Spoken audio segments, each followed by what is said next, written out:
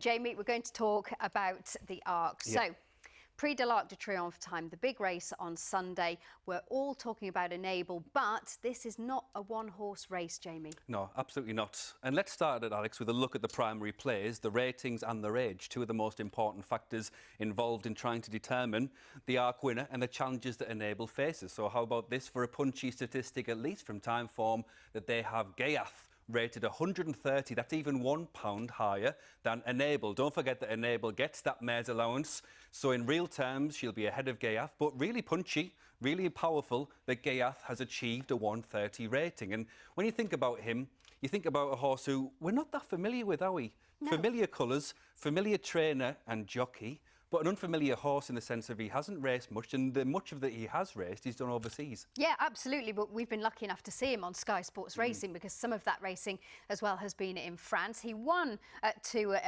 a Group 3 race, but then he missed a lot of his three-year-old season because he suffered a setback. He was considered a Derby contender at one time. Thankfully for Charlie Appleby and co, they had something that was able to step into that particular breach. But he's come back and he looks awesome. And how much did he cost at the start of his career? €1.1 million as a foal. And part of the reason behind his high expense is the premium price attached to his pedigree. Now, if I was to ask you the two superpower sires of the modern era, who would they be? Well, Dubawi is one.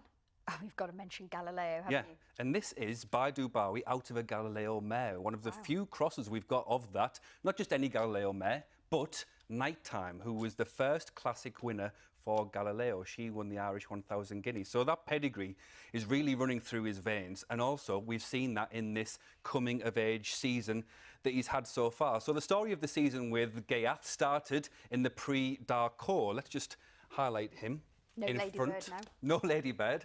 And how significant that he's in front, because this is a recurring and running theme and perhaps the most important factor with Ghaiyyath. So this was his return. It was in a Group 2 in France. Of course, we, and probably the Charlie Appleby team, were all questioning a bit, what have we got here in terms of this horse? Because there are high expectations before, and there's just the question marks over what can he do now he's in full fettle. The main point about Ghaiyyath is the dynamics, how easy he's able to gallop. So that's the distance between himself and the next front runner in the field.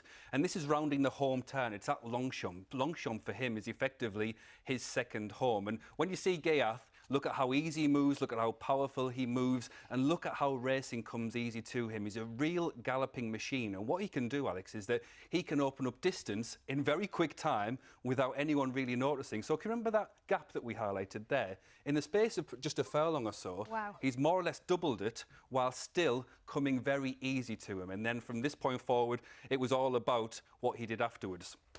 Let's talk then about the Prix Ghaiyyath, where he went there, was 1-2 favourite and suffered at the expense of Volgeist. What went wrong there? Well, what went wrong there? Was it the quick turnaround? Was it the fact he's a fragile horse? Whatever went wrong, he put right in spectacular style when he was given 4 months off, pressed the reset button and went over to Baden for the grosser price. There he is in front again.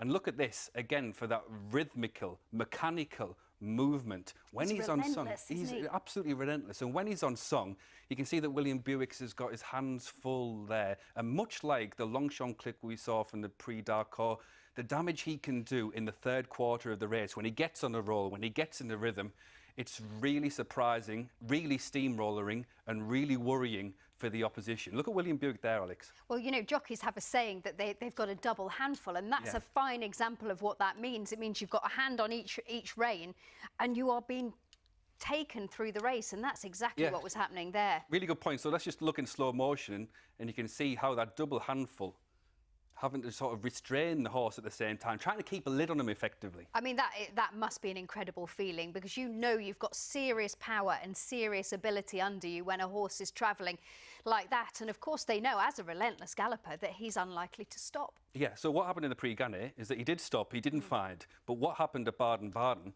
is he didn't just find, but he powered on and just put so much distance between himself and the rest of the field. 14 lengths. Incredible. In a Group 1. And first try over 12 furlongs, and the further he went, the better he went. And it was something that impressed the man with the double handful. Because when you try and analyse a wide margin winner, you look for other areas. One area is the time, the other area is the jockey feedback. And how about that for some significant feedback. What did William Buick say? Wow, he said he's a monster, an absolute monster. He's an amazing horse. And that's a man that rides a lot of very, very good horses. Exactly. So that's the point. Think of all the good horses, brilliant horses that have gone through his hands. So the jockey feedback is important.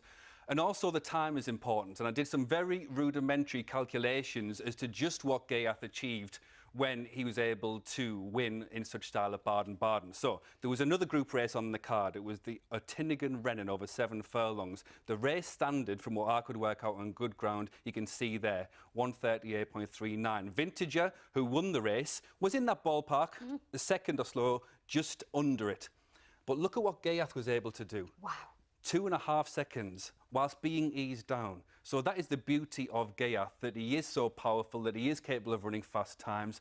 It's almost like what we saw there, Alex, is almost like a trailer for a movie where they pull out the best bits, because the brilliant part of Ghaiyyath is quite astounding and astounds William Buick as well. It's just that idea of whether he can make all the running in an arc, which history tells us is very hard to do. Oh, it's very hard to do, but it has been done.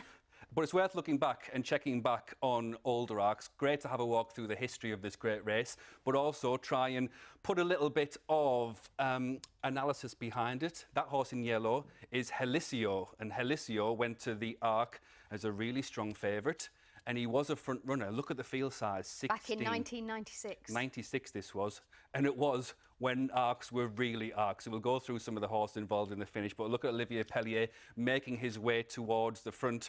At this stage, we've got Derby winner in Charmit, Pilsudski, brilliant horse, classic cliche, Gold Cup winner. Swain's in there somewhere as well, Swain's isn't he? in there as well. Pentire's in there. And look at Helisio in the finish. Pause it on, showing it can be done going from the front. Some freewheeling here by Olivier Pellier to boot as well. Yeah, I think he's doing a bit of showboating, isn't he? But I think maybe he's far enough clear to get away with it. He loses the silk on his cap, actually, in the process, but he doesn't lose any distance in the race. That was incredible. So history tells us that it's quite hard to do. That was the last winner to make all the running in an arc, and Ghaiyyath, being such a one-dimensional front runner, brings us to the tactics and a potential headache for Enable. Now, you've got to go with me on this. OK. And viewers at home, you've got to go with me on this, but I promise you there is a point at the end of it.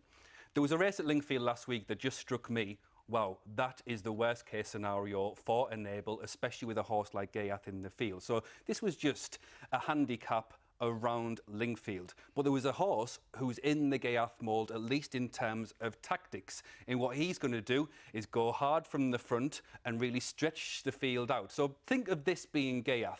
Think of this being the crucial point in the race, and think of this being Enable towards the front of the main pack. That's her set style. And what this race does, and what this horse does, is just give him a problem. This is Asheen Murphy as well, on the 6-4 favourite, and he's thinking, I've got to go down and chase that horse. I can't let it go too far ahead. Now, when he's using energy up at that stage, and think of Enable, behind Enable, we've got the likes of Japan and Sotsas. They are going to be held up. They're going to be played late. So their best friend almost is Ghaiyyath. And think about this for a warning for Frankie and for Enable. The energy used to run down the front runner, think of that in terms of Ghaiyyath, could well play into the hands of a Japan or a Sotsas, because what happened to Stormbomber is that he used his energy at the wrong time, and that just cost him in the finish. So, on your metal, Mr. Dettori and Enable have been great together so far, but can you see how Ghaiyyath, his set style and his power when he's in full flow, just gives that horse a problem? Because, of course, in a lot of big races, you sometimes see horses that are setting the pace, but you know they're not going to stay there. But the difference with Ghaiyyath is that he could well do that. Exactly. So we don't quite know how good Ghaiyyath is. He's been brilliant on occasions. His style and the power he's flashed on occasion gives Enable a real problem. It gives her a real problem, that's for sure. And Charlie Appleby's been very much talking this horse up as well, and we hear that, don't we, quite a lot. We're a bit like, well, we're hearing this because they're presenting a stallion prospect of the future, and you get a bit blasé about it, but I think the facts speak for themselves. So that's your view. Hopefully that's enlightened you a little bit about Ghaiyyath and his prospects in the arc. Let's go